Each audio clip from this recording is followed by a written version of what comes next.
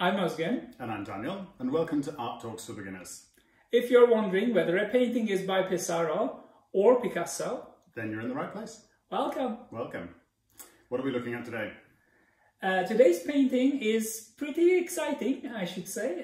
It has a very interesting story and many symbols. I believe we will get a lot of fun discussing that one. I'm always hopeful when you say it's a bit more of a light painting, because the other ones sometimes are a bit depressing.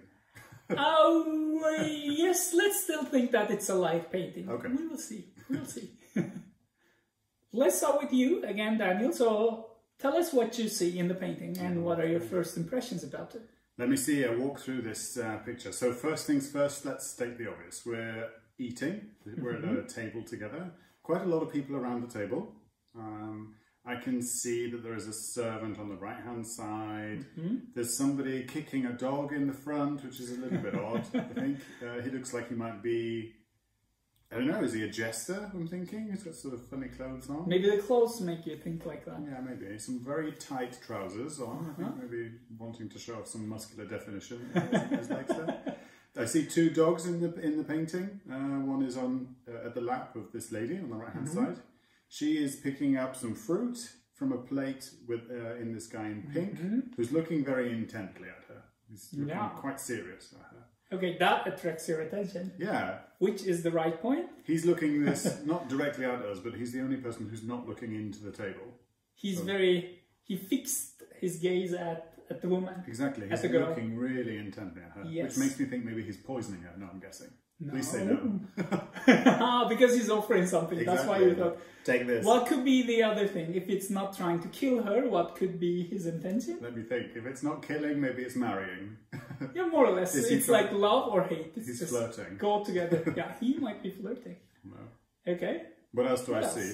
There are people drinking wine. There's this guy on the left looking into his wine glass with a sort of worrying gaze. Maybe is he looking at the wine glass? I think so. Okay. You'll discover that he's not looking at the wine glass. Or is he looking at the lovers instead through the wine glass? Yeah, you're getting closer. Then I see there's like a bird on the left-hand side, and then further back into the painting there's a wall, quite an ornate wall, and then on the right-hand side there's an outside.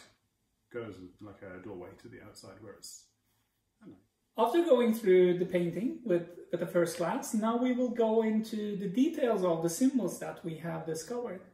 Maybe we start with the girl and the guy looking at each other more or less. The guy looking at the girl.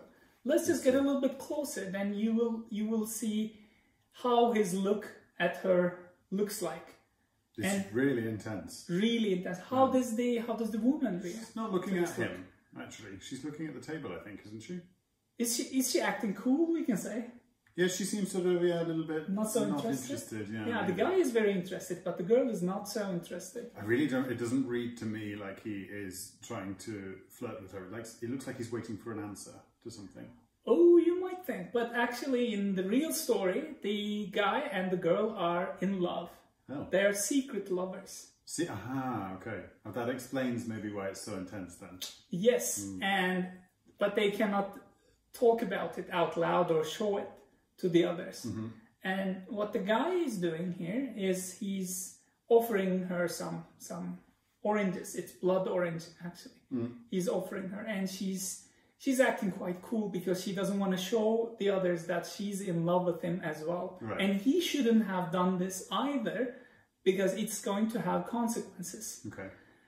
Actually, when we zoomed in, I noticed that the woman next to him is also looking a little bit this way. She also notices that. She's noticing something. With a side look, she's looking like this, and she also noticed this act. He's offering some fruit to her. Can we talk about this beautiful greyhound? Yeah, the dog is very nice, right? It's wonderful. Yes. And from the dog, you should switch on the leg, actually. Yeah, there's this leg coming in. Yes. What does this guy do? I don't know. He's really kicking towards the dog. Yeah. What do you think about this guy when you look at it? Well, he's kicking a dog. I don't like him. Yeah, you don't like him. Look at his facial expression. And what is he doing at the same time while he's kicking the dog? Yeah, it looks like... Is he saying something? Is he shouting? Might be. What's in his hand?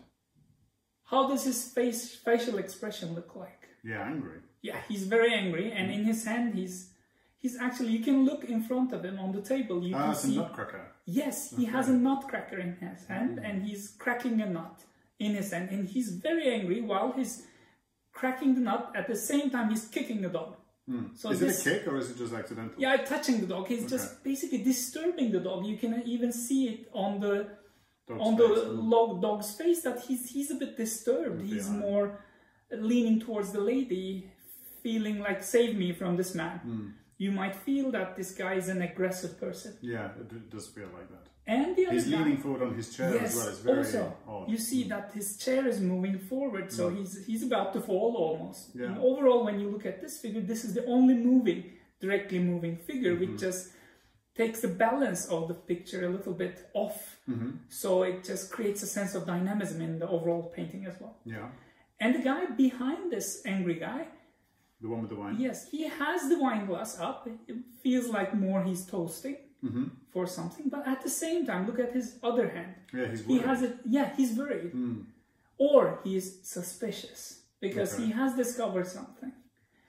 Is this the moment when everybody realizes? Yes, exactly. This guy with the glass in hand, he realized the secret love between the guy and the girl.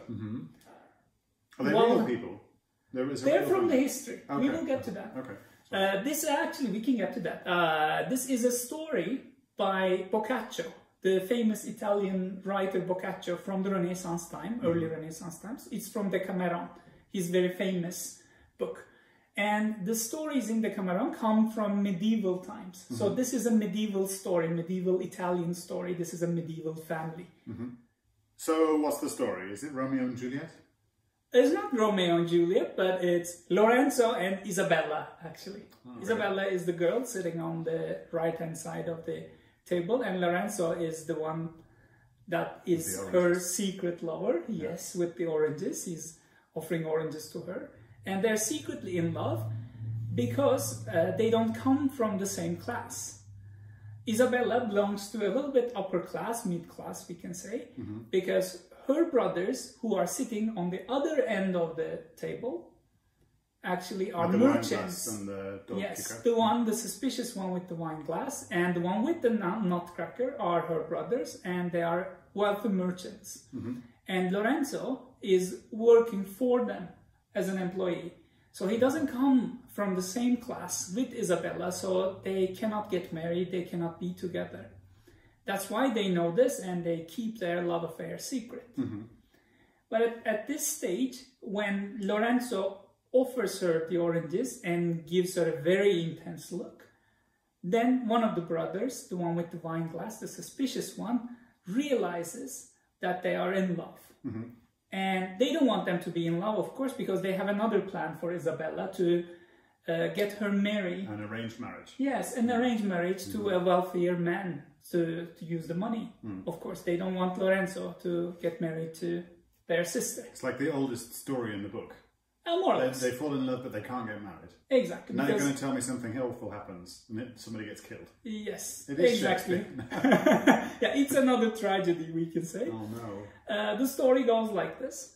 The brothers, they kill Lorenzo, of course, and Isabella sees this in her dreams. Lorenzo's ghost... No, after it happens.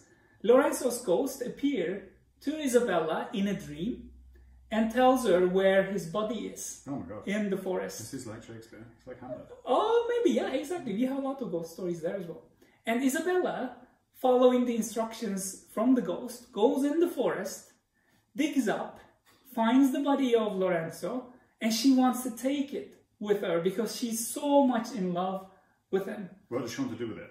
Take it? She wants to take the body, but instead of taking the body, because she cannot take the whole body, she cannot carry it, she chops the head off.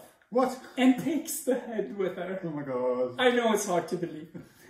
And then what she does afterwards... This is a medieval story though, so back then... that's a medieval story. Nowadays you wouldn't do that. Maybe it was okay in the medieval times. Chop the head of your lover and take it with you. And then what she does with the head is that she buries it in a basil pot with a basil plant in. And she keeps it in her room, keeps watering the plant, and keeps Lorenzo with her for good. I'm a bit freaked out. This is the story. I know it's it's hard to digest. She turns her. Let me just review. She loses her dude He gets killed by her brothers. Yes. He appears to her in her dreams, tells her where he is buried. Yes. She goes there, digs him up, chops his head off, and plants his head in a pot, out of which basil grows, or she puts basil in or something. And then for the rest of her life, she eats the most beautiful caprese with the basil and tomatoes. Yes, she uses the basil. Basil she gets from the plant. I don't know. Knowing the whole story, now we will focus on the symbols once again and see how we interpret them.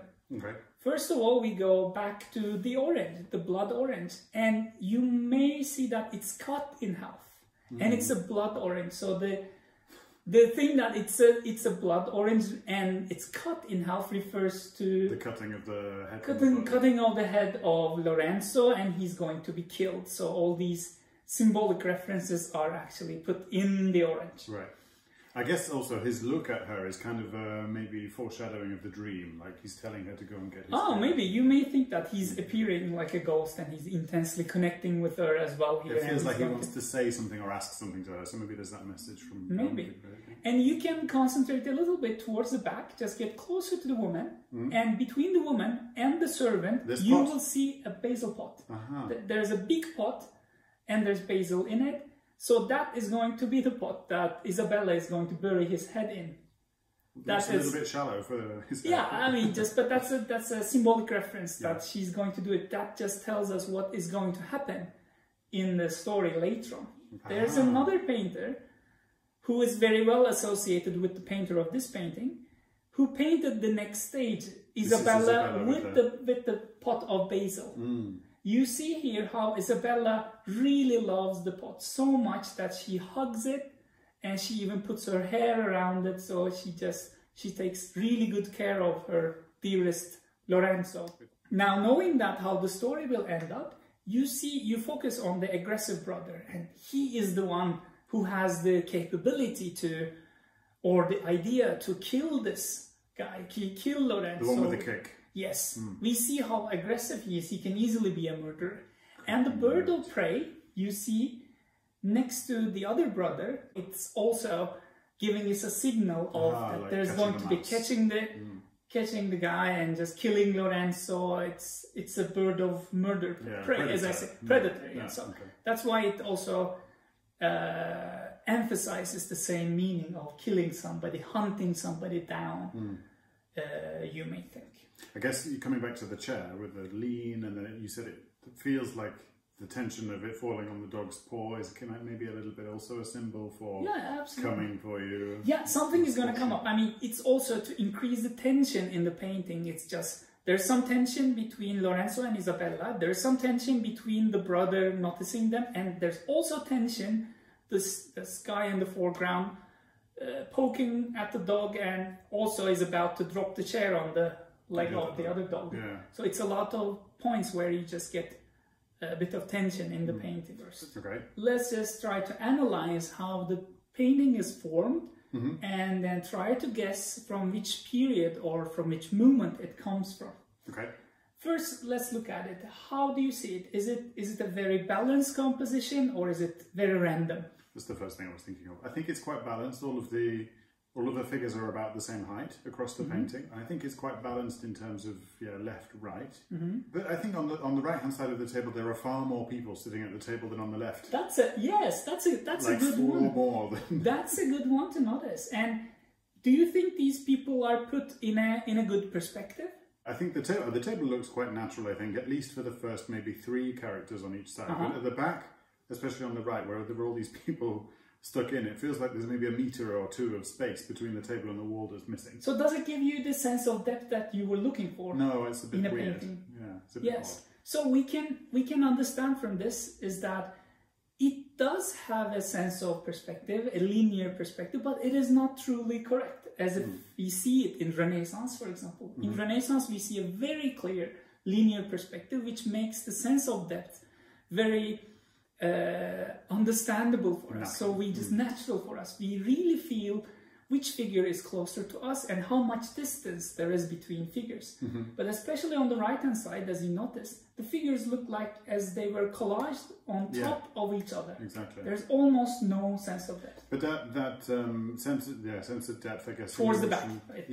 At the front of the painting, that's sort of it's quite okay. natural still. But then towards the back, they get squashed into each other. And also this. Something that helps you also realize the sense of depth is not just on the perspective, but something else in art. What do we use to show some things that are closer to us and some things are distant from us? Light, exactly. And do you see this effect here? Not really. It seems very evenly lit. The only shadow that you have is underneath the table. Very good. That is the response I really wanted to hear. Yes. We do not see almost no proper light effect that we expect to see, because there's a bit of shadow here from the roof. There is, but especially when you look at the figures on the right-hand side of the table, as they keep on approaching towards the end of the table, we expect it to get darker and darker, because generally in painting we see the light put on the foremost foreground, so they are very well lit, they are very clearly defined, and towards the back we just lose this light effect, so it gets darker and darker. This creates a sense of depth for us as well. It's not just perspective, but here the painter completely eliminated what we call chiaroscuro, what we call the darkness and the light balance that we have seen a lot, some in Renaissance and a lot more in Baroque. He eliminated this completely, and he doesn't care. He, as you said, he treats each figure equally. Takes the very back figure and Isabella and puts them under the same light. Also, the perspective of the table is not quite right. It is leaning towards more right, actually. The table feels like it's getting longer on the right-hand side, so the table is not actually fully rectangular, but it feels like the table is like a trapezoid, we can say. So the right-hand side is getting even wider. Because the perspective is not quite right. Maybe the painter was drunk. Oh, yeah. Or he was trying to imitate something else. Is it? I guess it's quite modern then. This is not part of the old masters wouldn't do No, it's not an old master's painting. And actually this is a quite modern one. It's from the 19th century. And the painter, when he was doing this, he wanted to imitate art that is before Renaissance. That is what we call Quattrocento Italian art, which is in the 1400s in Italy, which is before Renaissance or early Renaissance and late Gothic. So it's like a revival movement. Yes, this is a medieval revival, we can call movement, because the artist thinks that, and it's not just one artist, it's actually a couple of artists coming together and forming this group, what we call the Pre-Raphaelite Brotherhood. And these are three English painters, Millais, Hunt, and Rossetti. They come together and they believe that what we have seen in Renaissance, especially in High Renaissance, coming with Michelangelo and especially with Raphael, that is actually influencing academies in a very bad way. So because Raphael used to idealize figures so much, and this idealization created this huge impact in the academies, and the academies want painters to idealize all their figures. In the same style? In the same style of Raphael. So this is a kind of imagining of what could have happened if Raphael hadn't started painting. Exactly. Where the academy could have If Raphael didn't exist, how it would look like. So they want to go pre-Raphael. That's why we call it the pre-Raphael, or they themselves call themselves also Pre-Raphaelite Brotherhood. It's PRB. Actually, you can even notice the letters on the chair in the corner where Isabella sits. It's PRB. This is what they call themselves, Pre-Raphaelites. Pre-Raphaelite Brothers. So they've stamped the name of the movement they're trying to create into the picture. Yes, because this is also one of the first paintings that was released under the name of Pre-Raphaelite Brotherhood. The painter of this painting is Millais. And Millais wanted to just show something aligned with his group members and show something against the academy, against the British Royal Academy, which was following the academic rules that they were following in France as well. We have talked about French academic before. So they wanted to show a statement to them, showing that, okay, we can go back to the International Gothic or early Renaissance, where lighting and shadowing effects were not so prominent, where perspective wasn't as linear and as successful. So, because in the medieval times, you see perspective in medieval paintings, in Gothic paintings, but it is not as correct as it is in Renaissance. So there are still some weird things. The table's perspective is not correct. The figures are just put on top of each other. So it's a conscious decision. Yes, all of these things absolutely. Are conscious. Okay. Because they want to imitate the art that is before Raphael. How different is this if you took a picture of a painting from pre-Raphael then and compared it to this? How different is it? How is this different? Oh yeah, there are differences, because what Pre-Raphaelite Brotherhood does is they also want to imitate the brighter colors and more decorative elements of the medieval art. So what they do is first they paint their canvas with zinc white and then paint everything on it. But what we see in old masters, especially in Renaissance and Baroque, is that they paint the canvas with something more of earth tones, we can say, and then they paint on top of this, so everything, old masters look very dark. Even when you see them real time in a museum, they look pretty dark. But when you look at Pre-Raphaelist paintings, everything sticks out. It's so bright and it's so colorful. That's still something that we couldn't find in medieval truly, because they want to have this bright effect, which I believe is not something that you see truly in medieval, in that brightness. So it's very clear. When we look around the painting, actually, there are lots of different colours. There's oranges and pinks and yellows and greens. It's a mix of colours. And also the smooth surface finish that we have talked about in the Academy, it still exists here to a certain extent. So it's pretty smooth, we can say. In that sense, they are not against the Academy so much. But how they put the figures up, they put the lighting, how they dress them, this is a medieval story. Again, this story comes from Decameron, we talked about it. When is that? Boccaccio is from 1300s. Oh, wow, okay. So it's earlier than Renaissance. Boccaccio wrote this earlier than Raphael's time, and he talked about medieval times. So that's why it makes perfect sense for a pre-Raphaelite painter to use a source that is before Renaissance, because that is what they want to do. So which city do I need to be in to find this painting? Where should I go? This is a British painting, and it remained in Britain. Oh. Yes, no, this one didn't move actually. It's not like the French painting Britain. It's not like this. So this is British painter painting an Italian story though, but it remained in Britain. So it's in Liverpool today. It's in Walker Art Gallery. So you can see it in Liverpool today. Also, there's one thing more to add here is Pre-Raphaelite movement is a part of Romanticism, because it's more about emotions, or just create a romantic landscape, for example. In this sense, it's the romanticism of medieval times they took. So that in this sense, it's romantic.